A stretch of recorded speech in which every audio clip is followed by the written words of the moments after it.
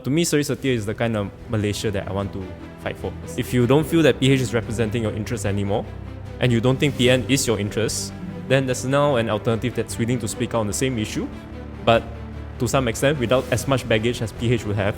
Muda's position as this has been quite clear lah. Kita bawa Muda bukan saja orang muda tapi politik muda. Banyak yang datang support Muda publicly. They are not that young. They are like 40, 50s because they are the one that has the time nowadays and luxury to kind of go out and sokong, and they can be very vocal about it. Good day, everyone. This is Zaidi Azmi, and this is Sinar Daily's Top News Podcast.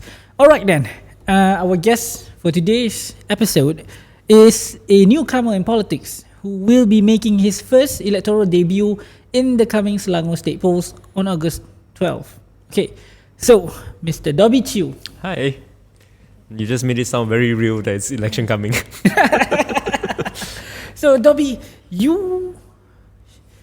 I've covered politics for years and I've never met you before. So who are you? Who am I?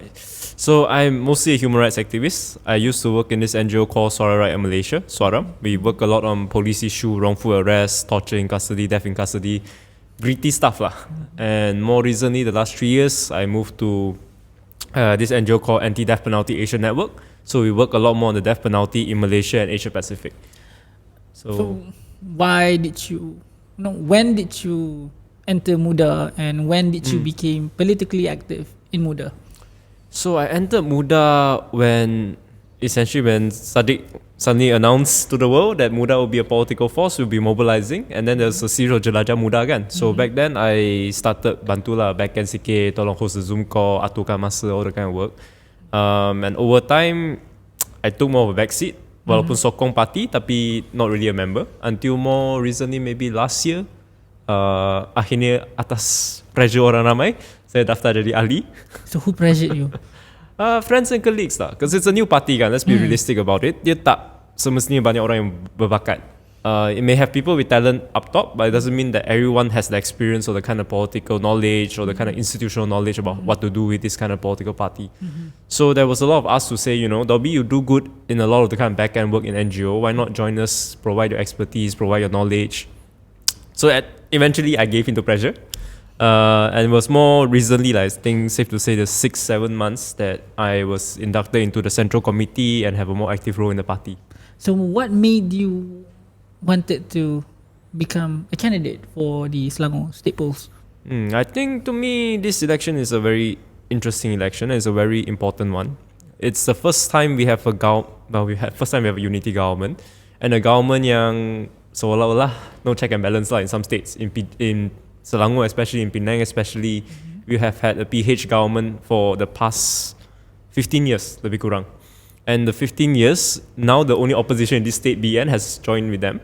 So what opposition do we have? So to me, it's a good time for us to have a new check and balance on the government, both at the federal level and state level. Federal level, we have one Sheikh Sadiq there, but state level, we don't really have anyone. And I think for me and for Muda, I think going into this election is a way to kind of see whether the government is really fulfilling people's aspiration, whether they're doing what people want. If you're not following what people want or the kind of expectation for reform, then maybe it's time for a new voice to come out in the political circle to be able to represent people's interests. Dobby, when you mentioned check and balance, okay, Selangor, Barisan lost Selangor in the 2008. Yep. Since 2008, and ever since then, the people of Selangor kept voting in Pakatan. Yep. Okay, it was first Pakatan Rakyat and then it was Pakatan Harapan. So, but they're more or less the same. Yep. So the thing is, I mean, does the Selangor, do they really want check and balance? Sebab Pakatan has been doing well and people have been voting them in year by year, GE by GE. So, I mean, is there a need for a check and balance at the state level? I mean, why can't it just be an internal check and balance? I think up to maybe 2-3 years ago, I would also agree with you that we might not need a check and balance because the government seems to be moving fine. Ahli majlis buat kerja. Walaupun things are not moving forward at the pace people want kan. We still have Official Secret Act at the state level. Kita minta document allowance adun pun tak dapat. Things like that is there, but it's nothing that really affects your life or my life. But to me, looking back at it, once we started seeing, or to me, when I start seeing PH having issues on their reform commitments, when they started playing the kind of real politics, they like to say. Real politics. Yeah, they say real politics. I think it's just typical democracy. You have to make friends with people. You cannot asyik-asyik gaduh je kan. But to me, what struck me at one point was, looking at the ballot paper, especially the last PRU, looking at the ballot paper, I don't like the calon. But what choice do I have? Do I vote a PH that somewhat represents my view and interests, versus do I vote for someone from, well, back then MCA candidate in my place. MCA candidate that, one, has never shown his face, two, has no track record whatsoever, and three, at the national level, I don't think they represent my interests. And there's a past candidate also, which also don't represent my interests. And I think in Selangor, that's our bigger problem. Because we only have PH, or we have voted consistently for PH over the last 3 elections, to the point that almost BN got wiped out. And now there's Perikatan Nasional in the game, yes. But jujur kata lah, kalau kita duduk di Kelana Jaya ke, Bandar Sunway ke, PN doesn't really appeal. Yeah, they don't appeal to us, kan? Yes. So if the ballot paper shows you a PN candidate, a PH candidate, and draw a turtle there, orang akan lukis turtle if they're angry. But for me, Muda coming in now, you now have an alternative option, kan? If you don't feel that PH is representing your interests anymore, and you don't think PN is your interest, then there's now an alternative that's willing to speak out on the same issue, but to some extent without as much baggage as PH would have.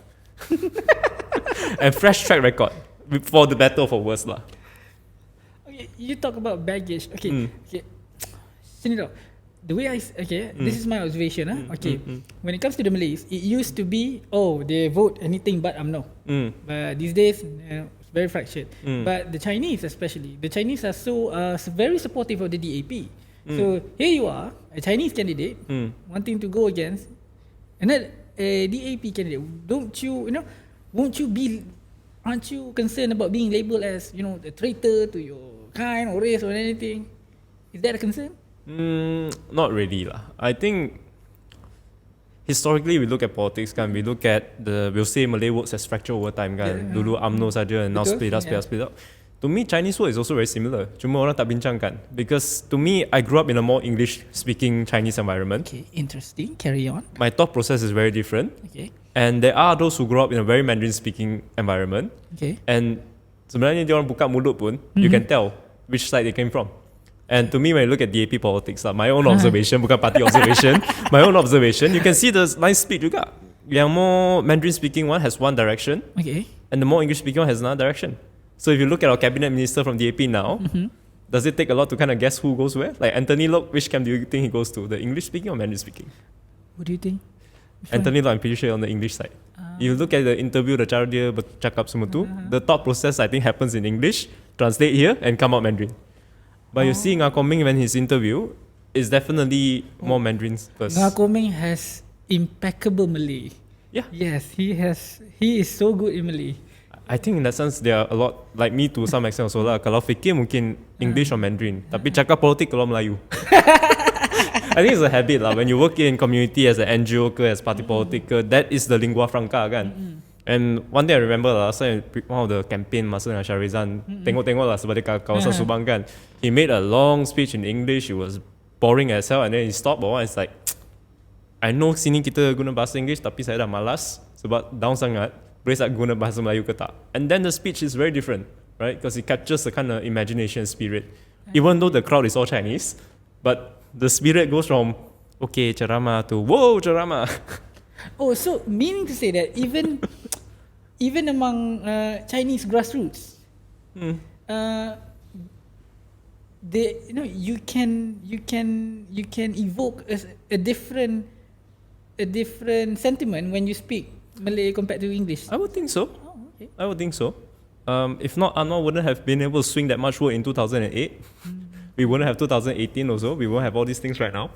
So I think there is that imagination that can be captured lah. It's a common view of Malaysia kan. I see.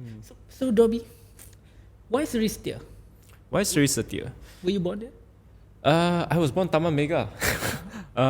Nearby, border the area. Okay. I actually grew up in Sunway, around PGS9 area, right next to Pyramid. So I've been there about 30 years of my life.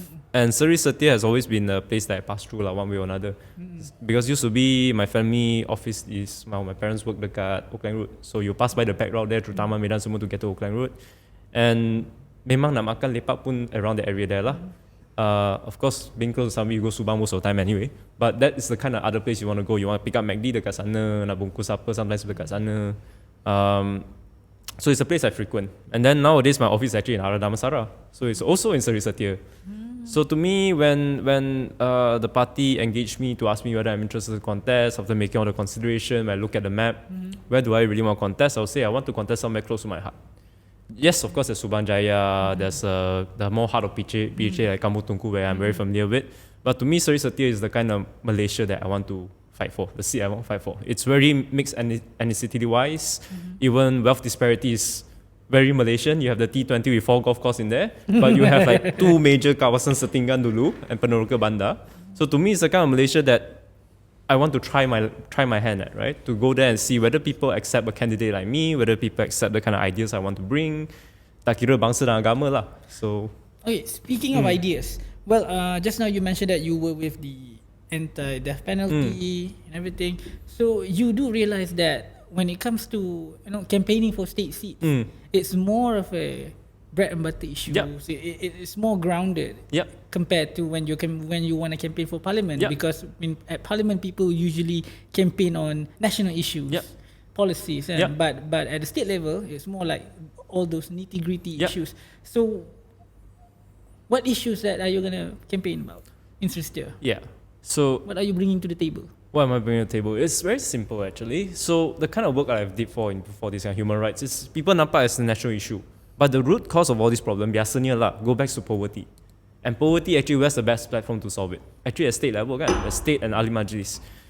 So a lot of the ideas I want to bring to Seri Setia is focusing on those areas. A big part of it is of course transportation and traffic. Yang duduk Seri Setia akan tahu lah berapa dahsyat traffic sana. If you've been to Subang Airport atau nak keluar Subang Airport during rush hour, 1 jam lah sekurang-kurangnya nak keluar. And if it rains, baik tak payah keluar dah, duduk sana je. That's the reality of it. And the other part of Seri Setia is Kelana Jaya, all the way from Sunway sampai ke Kelana Jaya, sampai nearby Paradigm. We all know how bad the traffic there is. And the traffic will only get worse in the years to come. Walaupun kita ada 3 LRT station dalam Seri Setia and 1 KTM station if I'm not mistaken, it doesn't really cater to community enough. Sebab sambungan, the last mile connection memang either very weak or not there at all, or even when it's there, dia tak ada jalan raya untuk orang jalan saja. Semua untuk kereta. So a lot of the issue I want to bring is actually starting point is transportation, because that is going to have a big uplift of burden if people can use public transport, because then you don't have to bayar 400 for car a month, you don't have to tanggung berapa ratus for a motorcycle a month. At least it cuts down some living expenses, or you minimize the kind of cost that you have. Second part is infrastructure. So to me, which also ties to the first point lah, Seri Setia is very interesting in a sense lah. Kalau pergi Seri Setia kan, if you go from 9 to 5, tak ada orang Seri Setia di sana. Orang Seri Setia semua pergi kerja kat KL, kat PJ, kat mana-mana, tak ada orang duduk Seri Setia. You come back at 6 to 9 PM, then you have your locals there. So you notice that it's a very big outflow of people keluar terus bekerja dan balik. I see. Right? But compared to other places like Subang Jaya ataupun Puchong Kinrara, the area memang residential, and you see the facilities are made for residential, Seri Setia tak ada. Public hospital, closest one is actually UM, tapi biasanya akan hantar ke Sedang because it's under that district. Kalau klinik kesihatan, the closest you have is Taman Medan, which is technically outside of Seri Setia and jauh dari Glen Mary that side. So this kind of infrastructure you would expect to be in a place of residential centric place. Tak ada langsung unless you want to go private. And this also extends to Bomba, also quite limited in the area if you really go down to it. Even housing amenities like schools and things like that. Ada sekolah, and ada sekolah yang baik. Tapi kalau look at the sekolah area, you have one school here full of children, immediately a 3-lane road. It's really not conducive lah. Even if you say yes, the school has the best environment, kalau budak-budak tak boleh keluar pergi main kat taman, betul, then they are all stuck in the school. Even after school pun dia nak lepas sekejap pun tak boleh. Betul. And there's a whole bunch of security issue that comes with that. Takut anak kena culik lah, kena langgar kereta lah. Whole bunch of other problem comes from that. And that's not even touching on the kind of other infrastructure like just having a tempat untuk rehat riadah, just to chill, have some recreational activities. You have a very densely populated place, but your sports facility tak ada, kawasan lepak tak ada. So what do you expect people to do? Akhirnya orang akan masuklah gejala sosial ke, ambil dadah ke, do some illegal things ke. Okay, those issues, I mean, you have highlighted those issues. But how are you going to make these changes that you were going to do? How are you going to implement them? Because, when you become the adun, you are working with finite resources. And Muda is a small party, so you guys don't need, you guys don't have much money. So any cukong nak belanja, tolong. I think realistic part lah. Transportation, some part we can fix. Like for example? Yeah, so some part like say for example, let's use Ara Damansara stretch lah. Like if you know the Oasis stretch dari Ara Damansara LRT all the way to Subang that side, it's actually small clusters of commercial area kan. And problem is they're separated by 4-lane road. And they're all Sime Darby property. Sebenarnya kalau state government are willing to sit down with Sime Darby and say, bro, your area, it is within walkable distance from Ara Damansara station. Why not build some bridges for people to jalan? People do walk, but right now they walk on sidewalks, on roadside, and very dangerous, and they are limited to the immediate adjacent unit. Whereas they can just walk 300 meters to the next unit. So if they improve foot traffic, it's going to improve the viability of it as an office unit anyway. Sebab you look at all the iklan on iProperty semua tu kan, dia akan kata, within walking distance to LRT. It just doesn't mention the survival rate of walking. And I've tried walking. I tried naik beam juga. Naik beam 10 minutes, walking about 15 to 20 minutes. Walking, run the risk of getting run over by a motorcycle. Naik beam, pothole is going to murder me. Assuming the beam tak rosak lah. But things that we can do with private entity to try to improve. Because these are essentially their turf. It's their land, it's their development. They have an interest in the commercial value of that place. So things like that we can discuss to see whether there's collaboration to build it. And even now pun, because Ara Damansara, there's tempat yang atas sikit, yang miskin sikit kan. Tempat yang atas sikit, yang newly built, you see that actually they also invest in maintaining their landscape, maintaining their pathway, but it's just connecting from point A to point B to point C to kurang. So I think those we can try very quickly and see actually does it really fulfill the kind of interest we want, because we want people to use public transport more. We want to fulfill that need gap. Then the next part is smaller things that we can do. Things like kumpul, the van service like that. There's a few locations that we do want to identify ridership dulu lah. Tak nak nanti dah buat, tak ada orang naik kan. Where if you can reduce internal travelling, right? If you can go from say Kelana Jaya LRT to Ara Damansara LRT, actually it's about 20 minutes LRT ride. It's about 10 minutes car drive.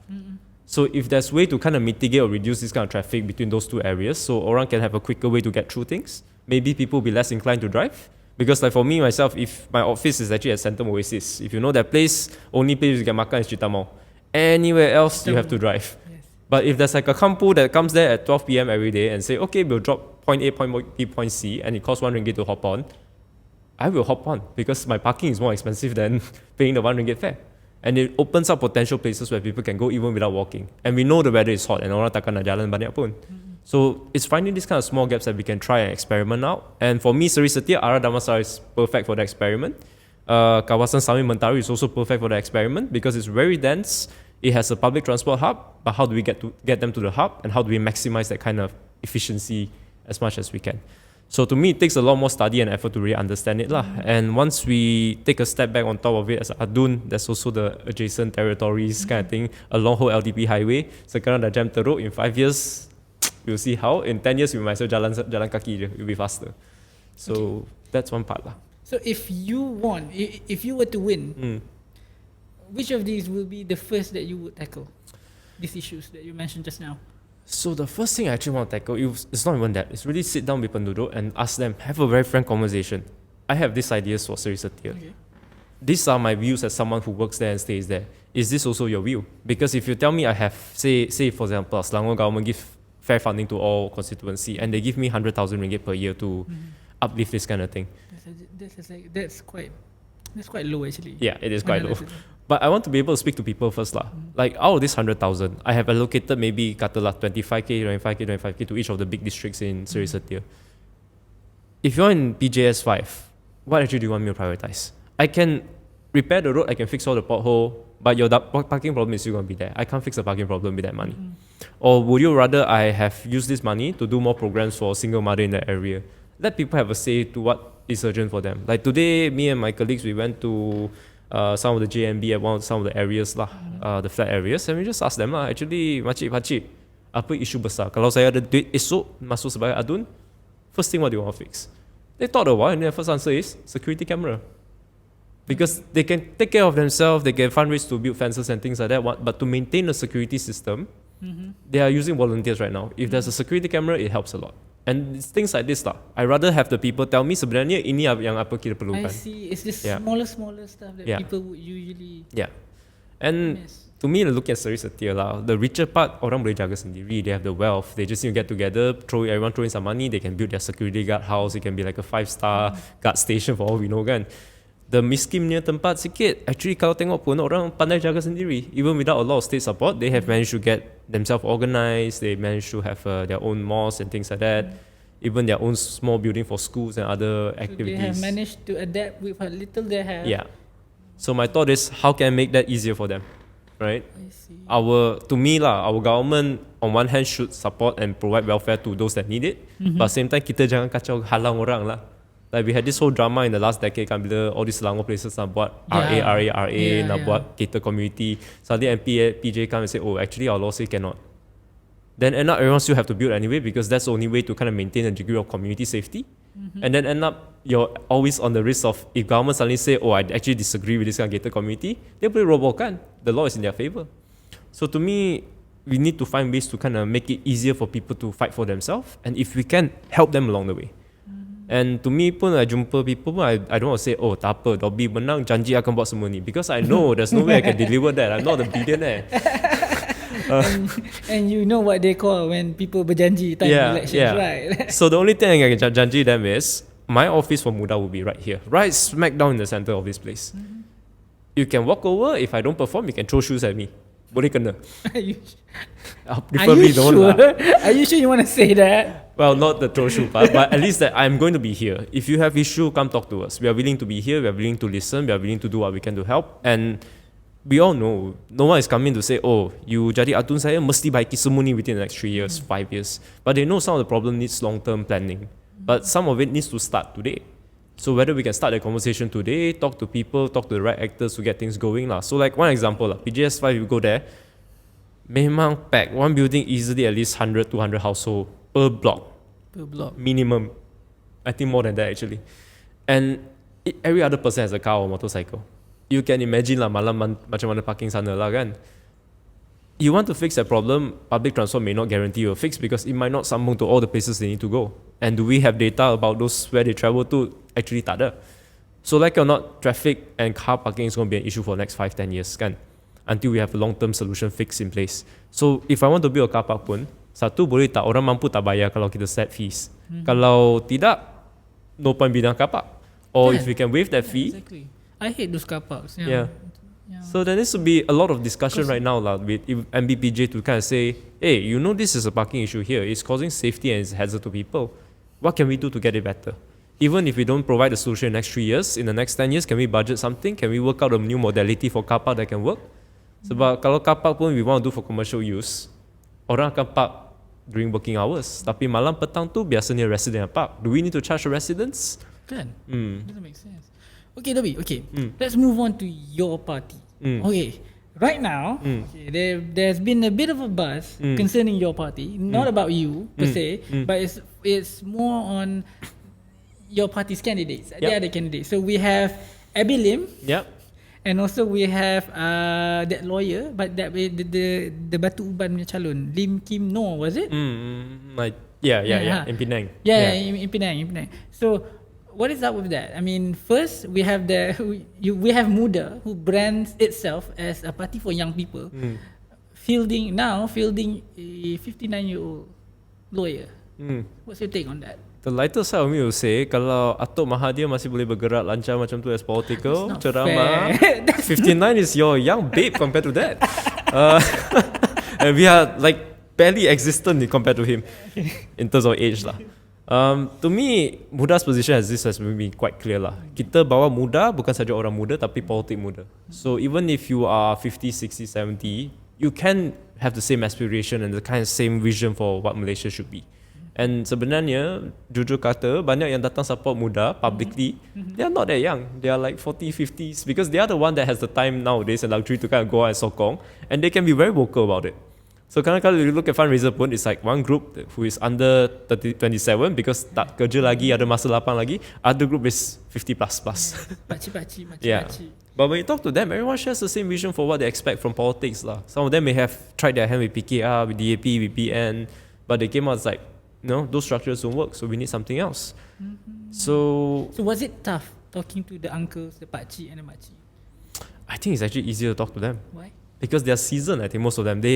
And most of them that will support Muda won't be some random pakcik that came out of nowhere suddenly want to have a hand or have an influence in politics. There are people who have be Pachaba for DAP, they have tried to work with BN, they have run RA stuff for community stuff for the longest time. So to them is, I have done all these things. I'm sick and tired of it. I'm tired of Adun that doesn't want to listen to me, or party politics that prevents some voices from going up. And essentially they come to Muda is, I think we need a better multicultural alternative, and Muda is here. I know there's a lot of problem with the party. I know the party is very young, but you are the best representation of the vision for future I have. And these are coming from some of the older generation that I'm speaking to. So they carry that vision and say, we'll support you as much as we can.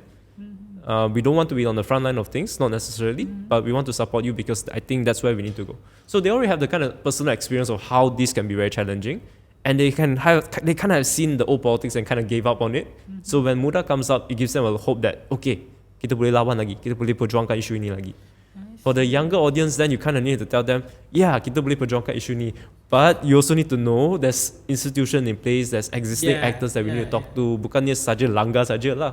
So actually it's the balance of work, it becomes easier to work with the older generation than purely the young one sometimes. I can't believe I'm hearing this. I know, but it is a problem, right? They have experience and they came in with their eyes open. The young one came in with both eyes closed and think the eyes are open sometimes. So that's the balance I think more seasoned activists or political actors within Muda have to work with. And it's an issue of also exposure. So that's actually part of Muda's direction for this election also, that ahli-ahli kita kena tahu apa tu PRN, PRU. They have to try their hand at it. Orang-orang kena belajar how to campaign, how to reach out to community better. And you don't get practice from sitting at home. You get practice from participating. Especially the younger generations, they really need to know how to talk to people. Yep.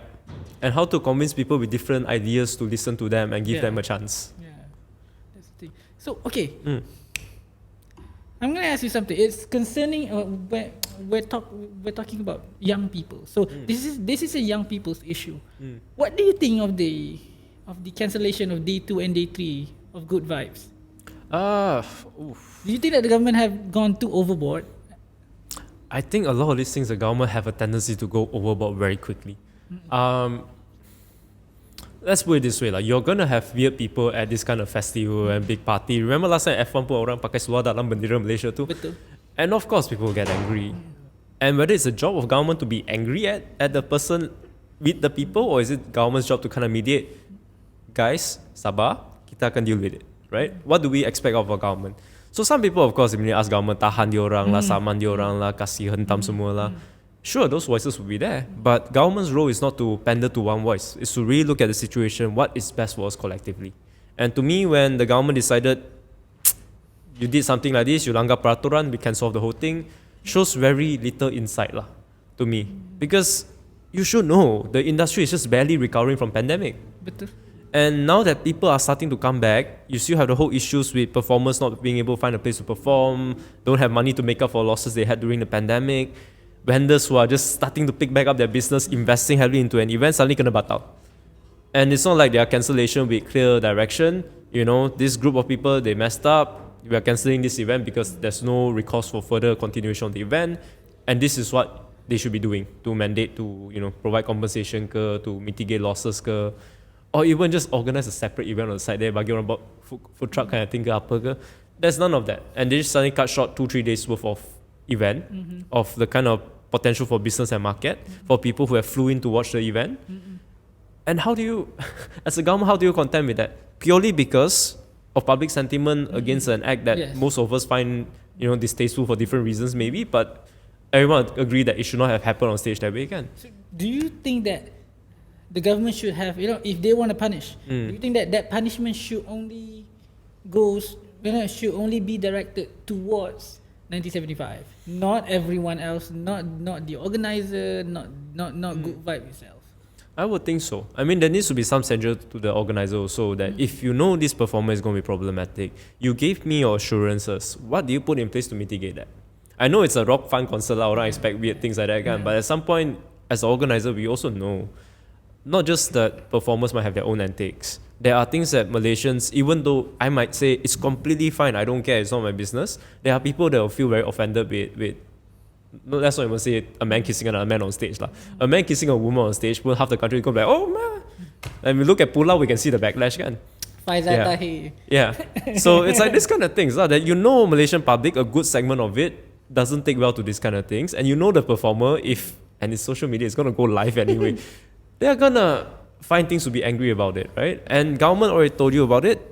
Can you mitigate? What can you do to mitigate? So I don't think they need to be punished in the same sense that the offender should be punished, but at the same time, they need to take some degree of responsibility. At least there needs to be some mitigation plan for future.